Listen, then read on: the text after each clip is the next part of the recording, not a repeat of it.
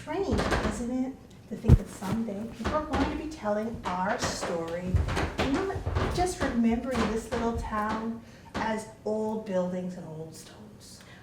Aye, they'll speak of that midnight ride, Paul Revere thundering down the road warning us of the redcoats. But they don't know the stories that linger quietly behind the march of history. Stories of people with fire in their hearts and dreamers and fighters and scholars and preachers who shaped this place and formed our country. I mean, it's the spirit of Lexington. Ordinary folk, regular people, daring to imagine a better world. We're here to bring those stories to life, to show you that Lexington's heart didn't beat for just one night of the revolution, but for generations of change and hope. From bold abolitionists to poets and teachers, these souls left their mark just as sure as any soldier on the green. Let's begin our So Many Tales Where Most Do with the midnight tale of Paul Revere. Oh dear. Do you remember Paul Revere? The silversmith? Yeah, that's him. He's the one that engraved the thing with the Boston Massacre. Yeah, he is, but that's he did the thing with the Boston Tea Party. Yeah, but that's... Oh, he knew everyone. He knows everyone. Everybody. Well, almost everyone, but that's not what I want to talk about. I want to talk about his midnight ride. Okay. It all started on the afternoon of April 18th, 1775, when a stable boy burst in to Mr. Revere's house. The regulars are getting ready to march. They're getting ready to march. He'd heard it from a groom, who'd heard it from a stable boy, who had overheard the whisperings, and that tomorrow there was going to be hell to pay. Oh no. Well, Mr. Revere, he grabbed his hat and he ran straight to Dr. Warren's house. And Dr. Warren, well, he sent for a letter to one of his spies. Margaret Gage, General Gage's wife. We don't know that. Oh, But we heavily suspect she was born in the colonies and sent away after. They never reconciled. But we don't know. We heavily suspect. Anyway, Dr. Warren got the letter back. Yes, the regulars were about to march, and they were going to march to Concord and to Lexington, and they were going to arrest John Hancock and John Adams. Wait, what path did the regulars take? They had a signal. At the top of North Church, they'd light one lantern if the redcoats were coming by land, and two lanterns if they were coming by sea. But wasn't the minister of the Church a loyalist? Yes, but it's nothing but a little bit of sneaking around we can't solve. Anyway, two lanterns were lit that night. I heard that he forgot his silver spurs and then he sent his dog over to fetch them. That's just a legend. Oh, but that was such a good boy. Revere had to cross the Charles River. The moon was just rising, and it was a full moon, so much light. And there, looming but before him, was the HMS Somerset, fully manned. Oh, no. So each row of that oar sounded like thunder. By luck or providence, they made it past. Yes. And once ashore, he begged for a horse, and he was given Brown Beauty. Fast and smart, best horse this side of the Atlantic.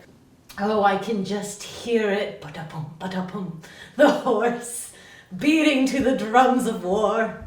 But then, two regulars were right there on the road in front of him. Brown Betty wheeled around faster than the wind, and the one regular left the road, but he sunk in the mud. Oh, that horse left him in the dust. Revere took the long path through Medford, spreading the alarm as he went, knocking on people's doors. He had to keep it quiet. By midnight, the weary Revere skidded into Reverend Clark's house inside Lexington. Adams and Hancock were sound asleep and blissfully unaware. Did they get up and run? Oh, of course not. They started arguing about the most prudent action to take. Oh, of course they did. Sounds about right. Well, Revere couldn't stick around, so He got back on the road, and he was joined by Dawes, who had finally got here from Boston. Oh, thank God. And they took off to go to Concord. And on the way, they run into Mr. Dr. Prescott, who was out courting. And they all started going to Concord together. But that's when the Redcoats caught up with them. Not the same ones, but different ones. And they held them at gunpoint. And they started putting them into the field. And a very smart Dr. Prescott, he jumped that fence and he went on to Concord to warn the people. Revere wasn't so lucky. Oh, no. He was captured. Did he lie to them? How did he get out? Revere, as boldly as one could, told him exactly what was going on. And told them that they were in danger. And just then, they started hearing gunshots, which were our warning shots, and all the alarm bells going on and on and on, and it spooked the regulars. They took his horse, though. What? They took his horse, Oh. and they left him behind to walk back to Lexington in his heavy, heavy silver spurs. You know, the dog. And that was it? Not quite. Revere made it back to Dr. Reverend Clark's house. And who does he find arguing there? Still, Adams and Hancock are arguing about what to do. So he yells at them and tells them to get out. And no sooner had they left than that, you know that carriage? You know the big one? Yeah. That was ostentatious? Yeah, that's what they left it. Oh my God, that's so conspicuous. It was. So as soon as they were gone, in comes Hancock's secretary to tell them, the plans are here. The wig plans? And They left the wig plan? with everybody's name and contact information, all in this big box. And the box was big. It was the size of a table. Oh my God. So off runs Revere and the secretary. They pick up the box and they're carrying it and trudging through all the lines of militia. Sorry. And they get into the woods just as the Redcoats arrive in Lexington. Oh no. And that's a story? Well, that's the story of Revere's part. He lived to be into his 90s. And you know, he still wore our clothes till the very end of his days. Oh wow. He never got with the times. It's probably smart. It is the most comfortable cotton. Mr. Revere.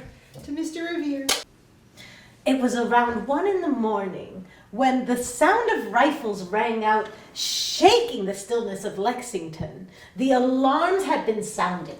And all those alarms, they woke Captain John Parker, who was the captain of our militia, but he was so sick. He barely slept the night before. He was just racked with tuberculosis. He could barely get out of his bed. Oh, poor lamb. So he came, eyes bright with fever, to lead the men. And he still grabbed his hat, left his farm, and made his way to the common. 2 miles. With his condition. Can you believe that? Lexington had been preparing for this moment, hadn't it? A year before, they had raised 40 pounds for cannons and ammunition, and the militia had trained, and Captain Parker had been chosen to lead them. He had seen more military battles than most of the British regulars. He served in Louisburg and Quebec. Ah, experience, yes.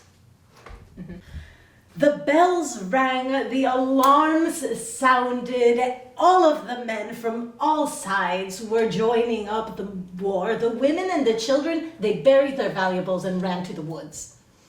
Yep, they hid. The roads, they were filled with fleeing families, and all of the men were all just going in the direction to join. But mistakes were made. The first riders couldn't find the British Army. Many thought it was a false alarm, and they sent the men home. By the time the British were spotted, it was too late. The regulars arrived just the same. A force of about, maybe, I don't remember quite well, but it seemed like 800, were met with 77 of our boys. Only 77. I heard there was only 150 British regulars. Oh, well, I don't know what the truth is. It's history. And Parker, he ordered them to stand their ground, but not to. But this young lieutenant, Adair, oh, he was a hot-headed. He turned right instead and left, marching straight to confront the militia. Some say he whispered, "Damn them, we will have them." At least our people were not that hot-headed like that Adair fella. No, we don't have them. We know how to raise our boys. The command came anyway. Lay down your arms. Disperse. But by then, the shouting, the huzzas, the chaos, it was too much. And then a shot, a pistol, and suddenly... You know men and their huzzas. Was it the regulars? Was it a bystander? Well, I guess we'll never know. But it set off a firestorm. Muskets, smoke filling the air, horses, men, chaos. Men like Robert Monroe and Jonas Parker. Well, they fell in all the fighting. And poor Jonathan Harrington. I heard that he fell just yards away from his home and he crawled and died at his wife's feet. Can you believe that? No woman should see that. No. And the regulars may have won the first battle of Lexington. But our John Parker, he regrouped all the men and they marched off to meet the regulars as they were fleeing from those boys in Concord. And they harried them all the way to Boston. And that's known as Parker's Revenge. The regulars, broken and weary, no longer the force that they were. Some ran, others waited to die, and it took Lieutenant General Percy's reinforcements to save them. It was a hard day. Lexington lost 8 brave men that day. But by the end of the day, the regulars had lost more. 73 dead, 174 wounded, and 26 missing. But the militia made them pay for every single yard. Every single one. But it wasn't the end of the story, though. The fighting would go on. This was just the beginning. Each and every person who took part in the Battle of Lexington has their own story. Do you know the story of Jonathan Harrington? Oh yeah, Jonathan. But he was just a boy when that happened. He was a young man. He was about 16 when he found himself shaken awake by his mother. And in the middle of that fateful night, he sat up, all bleary-eyed, tired, wiping the sleep from his eyes as his mother told him, "Jonathan, get up. The regulars are marching, and something must be done." What did he do? Well, without a moment of hesitation, he sprang from his bed, he donned his clothes, and he grabbed for his fife, and he ran out the door. You see, he'd been training with the militia as a fifer. And he knew his role, and he knew that he had to relay the orders with his fife. So young and yet so brave. And he was there during the confrontation, the chaos, the bloodshed. He saw it all. He lived a long life, didn't he? He did. He lived to be 96 years old. Oh, wow. He was the last living man from the battle. There were more men who marched in his funeral procession than actually took place in the battle. Wow. And he married Sally. Sally Banks. Sally Banks. Oh! And they had 7 children. And he lived to see so many things. But he always remembered that day. Yes. A life well lived. In more ways than one. I think it's strange how many were there? How many lives were changed by that moment? And how many never saw the years that followed? Yes, it's remarkable. Jonathan's story is just one thread in the fabric of that time. But it's these personal stories that make it all real. Don't you think? Those are the stories that we should remember. Just ordinary people making extraordinary things happen. Mm-hmm. And then there was Prince Estabrook, born right here in Lexington, but into bondage. Into bondage? Yep. Here. Can you believe it? No. He was born enslaved to Benjamin Estabrook, if I believe. Now, while slavery was legal in Lexington, it wasn't very common. I can't quite recall. And they weren't allowed to train with the militia. But then how did Prince end up in the battle? Well, this wasn't training. When the moment came, this wasn't training anymore. When the call went out, Prince lined up with the other men, musket in hand, shoulder to shoulder, and by the time that the smoke had cleared, he had been shot in the shoulder. Did he survive? He did. He did. Bleeding and wounded, he and the other men were taken to the Estabrook home, where Dr. Frisk treated him there. And then Prince was a lot stronger than most young men of his time. So he healed relatively quickly, and 2 weeks later he was enlisted. Enlisted? 2 months. 2 months later. Oh yes, he fought at Bunker Hill and even guarded the headquarters of the Connecticut Army in Cambridge. And then he served as far as New York at Fort Ticonderoga, when he finally came back to Lexington, and he did so as a free man. Massachusetts was the first state to outlaw slavery in 1781, you know. Mm-hmm. Either way, Prince came back free and stayed with the Estabrooks as paid farmhand for the rest of his life. He actually lived a very, very long, full life, longer than most people in that time, about 90 years. He is remembered as the first, but not only, black soldier of Lexington. But he wasn't the only one who fought against more than just the British. The fight for freedom wasn't always on the battlefield. Sometimes it was in the courtroom, or even in the tavern. The tavern? Mm-hmm, right here where we sit. There was another man. What's his name? Peter Tulip, born into enslavement in 1754, but truth be told, he shouldn't have been. Huh? Now, not every fight for freedom was waged with a musket and a bayonet. Some were waged with words, persistence, and sheer strength. And in Lexington, one of the most unlikely of victories belonged to a woman named Margaret Tulip and her son, Peter. Margaret Tulip, I don't think I remember her name. Mm-hmm. Her and her son, Peter. Hmm. She was a clever woman, stronger than iron, twice as determined.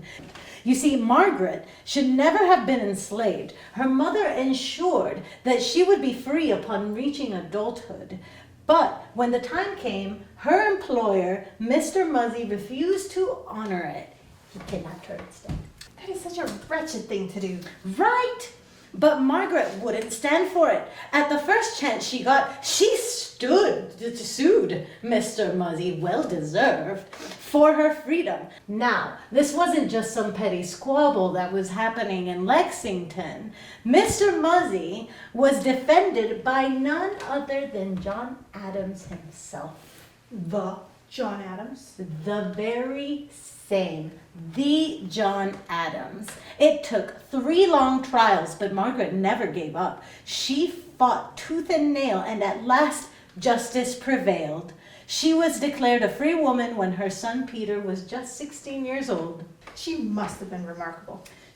She was. And Peter was remarkable in his own right. He was a hugely gifted fiddler. His music could make even the hardest of hearts soften. And Dudley Tavern, people would just go over there to hear him play. Many couples fell in love with his music playing in the background. Imagine that. A town where freedom was fought on so many fronts. Truly, Lexington has seen its share of revolutions. And it wasn't just revolutions against the crown. No. Did you know that Lexington sparked another kind of revolution entirely? Another revolution? A quieter one. But just as important, the revolution of American public education. You see, Lexington isn't just the birthplace of American liberty. It's also the birthplace of American pedagogy. Well, that makes perfect sense. You know how well read us Lexington people are. That reputation didn't come from nowhere. See, back in 1839, there was no set curriculum. There was no teacher training. Often the teachers knew very little more than the students themselves. But that all changed with Cyrus Pierce, the secretary of Massachusetts Board of Education. He had a vision, and Lexington was just the place to make it real. Wait, but how did it all begin? With a humble little schoolhouse, there were just 3 women. Hardly seems like a start of a revolution, does it? But from that small beginning, the Lexington Normal School became the model for the nation. Those women learned how to shape their students, not just intellectually, but physically and morally. Wait, the schoolhouse grew into something bigger? Oh, yes. It soon outgrew its home in Lexington and moved to Newton before it became part of Framingham University. And it's the longest running continuing teacher's education training school in the entire country. And Lexington planted the seeds, and they grew into a mighty tree. One that is still shelters and shapes minds today. Oh, wow. Lexington really has been a place that sparked something new, hasn't it? First liberty, then education. Seems we've always had a knack for leading the way. Or getting into trouble. Indeed. And no wonder we've drawn the attention of such great minds and great men over the years.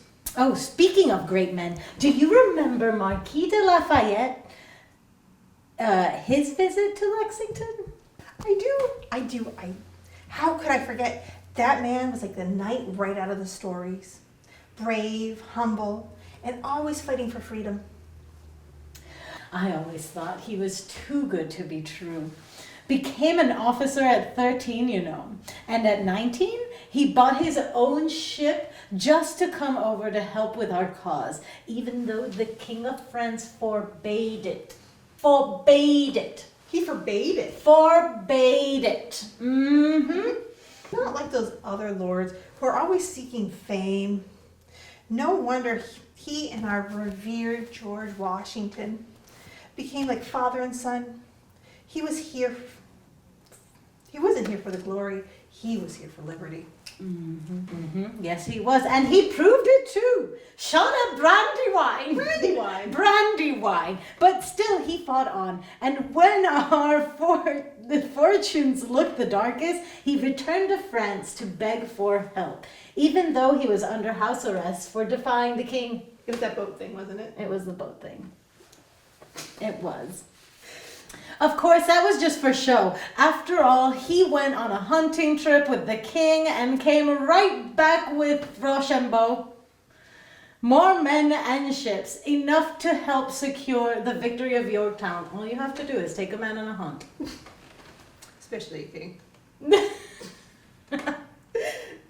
And after the revolution, he went back to help fight for freedom with his own people.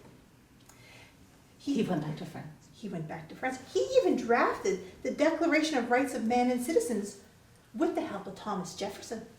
Oh, but how things turned for him. The French Revolution got so ugly that he had to flee and ended up in an Austrian prison. Mm-hmm. Oh my God. I heard that Napoleon himself had to free him.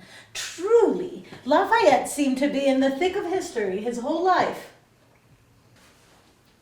And when he came to Lexington for America's 50th birthday, it felt like all those stories came to life. The whole town was spotless. We scrubbed the streets so clean you could eat off of them. Flowers, banners, and every soul in their Sunday best. I remember the banner in the center of town. It said, "Welcome, friend of America, to the birthplace of liberty." I swear I have never felt prouder. You know, I got to shake his hand. His hand? I got to shake his hand. He looked like he just stepped out of a storybook. A true hero. One of his other stops in Massachusetts was Bunker Hill, where he laid the cornerstone monument. Took a jar of dirt home with him too. So even though he's buried in France, he's still resting on Massachusetts soil. 2 countries, 2 revolutions. Both owe him their liberty. What a man. What a man. Do you remember Eli Robbins? Oh yes, how could I forget? He threw the best parties. I remember him teaching us youngsters how to dance. Always so full of life and laughter. He truly believed in this community. Thought we could all build a utopia if we only tried. They don't make men like him anymore. A businessman, a community leader. He quite literally shaped Lexington.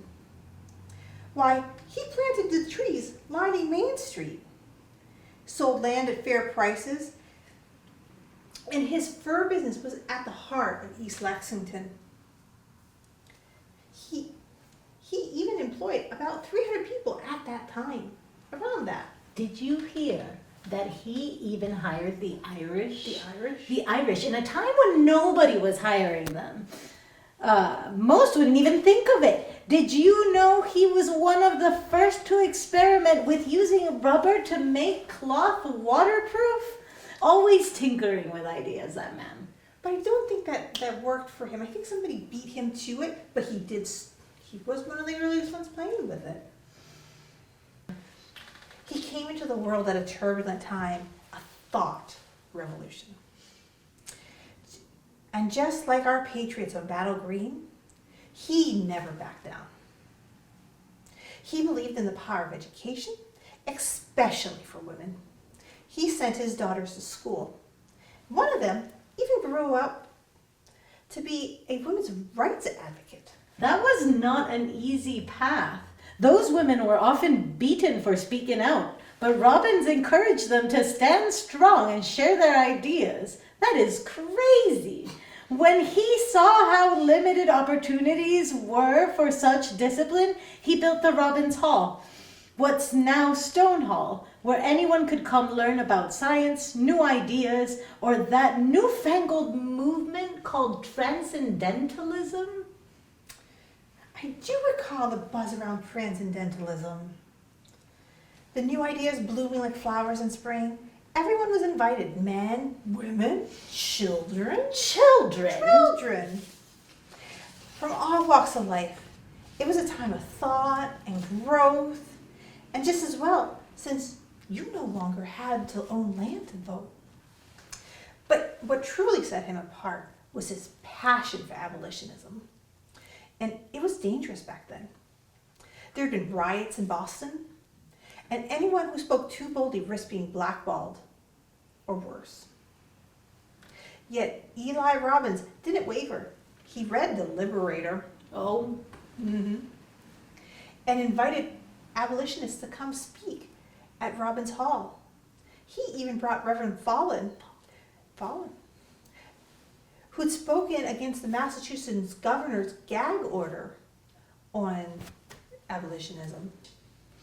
That was a mark in the sand, wasn't it? To bring Fallon to Lexington and house him for a while, everyone knew where Robbins stood. Then came the Panic of 1837. People couldn't pay their debts, and he was bankrupted. Spent the rest of his life fighting off lawyers, leases, and loans, but he never stopped fighting for justice. Despite it all, it's the joy and beauty he brought to the world that I'll always remember. especially the 4th of July parties. His parties were legendary. He played the violin, and it felt like the whole town was dancing. He started our 4th of July celebration here in Lexington. A fighter, but a kind soul. A man who left the world a better place than he was in it. Lexington does seem to attract some very strong, fearless, and smart people. Do you remember Reverend Fallen? Oh yes, what a brilliant man. He began his life in Hesse, Germany, if I remember correctly. Imagine a young law student full of ambition when the Napoleonic Wars broke out. And like so many young men at the time, he joined the military. But a case of typhoid sent him back home before long, and he returned to his studies. And he graduated and became a professor. Yet his heart longed for democracy. He wrote essays and poetry about abolishing tyranny, challenging the monarchy no matter the cost. But when an acquaintance of his assassinated a conservative ambassador, he found himself imprisoned. They never found any evidence that he had anything to do with that. But as soon as he was released, he knew that Germany was no longer safe for him. So he went to Paris, and then he went to Switzerland to continue his work. Well, but Germany still pursued him. His refuge did not last long at all. It wasn't long before he was bound to the Americas. Oh, you know who he met on the boat? Oh, who did he met? The Marquis de Lafayette. Oh, no. He was coming here for our birthday. Oh, what a wonderful thing. I'm so glad that they met together. They had met before, though. Both men passionate about ending slavery. Lafayette was on his farewell tour of America, and they struck up their old conversations. Lafayette sent letters of introduction for Fallen, paving his way into Boston's academic world. And that is how Fallen became the first German professor at Harvard University. He started teaching ethics, but it didn't take long before German literature became his focus. Oh, he was so loved at Harvard. He was so well loved. And not just for his lecture. Did you know he introduced German gymnastics to America? Opened the first public gym in Boston, too. Oh, wow. Did you know he introduced German gymnastics to America? Opened the first public gym in Boston, too. And that's where he met Eliza Cabot. Beautiful, wealthy, and just as fiery as him. She came from one of Boston's best families. Wealthy, well-connected, and passionate about ending slavery. They were the perfect match. I cannot imagine meeting someone at a gym. Well, I'm sure her influence brought Fallen into the circles of transcendentals.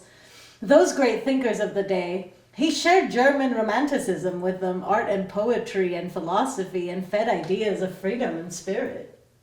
But being an abolitionist came at a cost.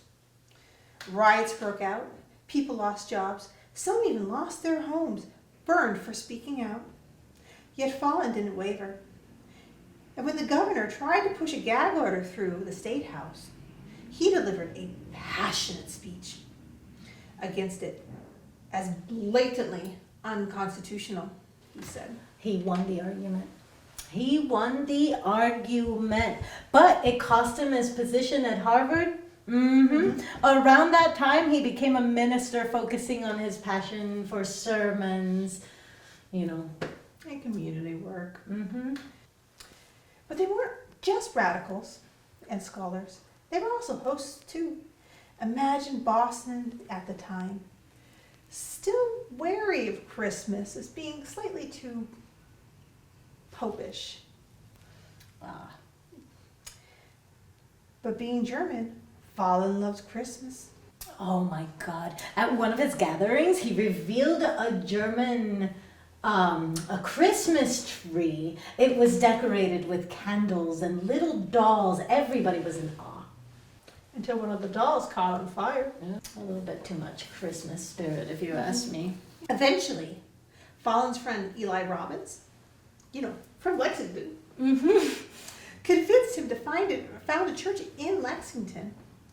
And during his first day, they lodged in the stone building, preaching with conviction, and even designed the octagonal church himself. With words like these, may this church never be desecrated by intolerance or bigotry or party spirit. More especially, its doors might never be closed against anyone who would plead the cause of oppressed humanity. And as the church was being built, Fallon traveled to New York. Lecturing against slavery, he longed to return to Lexington and his congregation. Tragedy stuck as he journeyed back, though. A spark from the steamship ignited the cotton cargo. The ship burned and sank off of Long Island. That's how Lexington lost its renowned German minister. What a loss. And his legacy still lives on in the spirit of the church and in those who believed in liberty and justice. Can we talk about how much Lexington has changed? Oh, absolutely. I believe Edward Winship owned the first farm here. His family worked that land for 250 years. He even built our first sawmill. When I first settled here, almost everyone was a farmer and something else. We farmed for our families, but our roads were always bustling. We were the last stop before Boston. And that's why there were so many taverns here. 12 at one point, I seem to remember, and as the roads got better, we shifted from just feeding ourselves to feeding Boston. By 1820, Benjamin Wellington's milk business was loading 30 vehicles a day for the 5-hour trip to the city. And it wasn't just farming either. Who was it? Nathaniel Moken. He started making clocks. The clock man? Wasn't the clock guy elected selectman? He was. And of course, Eli Robbins with his fur business. And there was Benjamin Muzzy, who brought the train in 1846, I think it was. Well, then everything changed. Well, 3 trips a day to Boston, can you believe it? More farming, more trade. We even had over 2,000 chickens at one point. More trade industry followed: blacksmith, tailors, cobblers, though not quite at a mill level. And then we started having commuters. People would build their summer and winter homes here. Yeah, there was a hotel that just sprung up because the tavern was I don't even know what these are. What is a hotel? The old tavern just could not keep up with the amount of people who were here. Did you know, as the town grew, immigrants moved in to help on the farms or in manufacturing, until eventually they bought their own farms. Like Wilson's farm and Boosa farm. By 1900, we had plenty of truck and market farmers supplying Boston with food, like William Shea. And the community just kept growing and life just kept speeding up. And it's still growing. Still Lexington.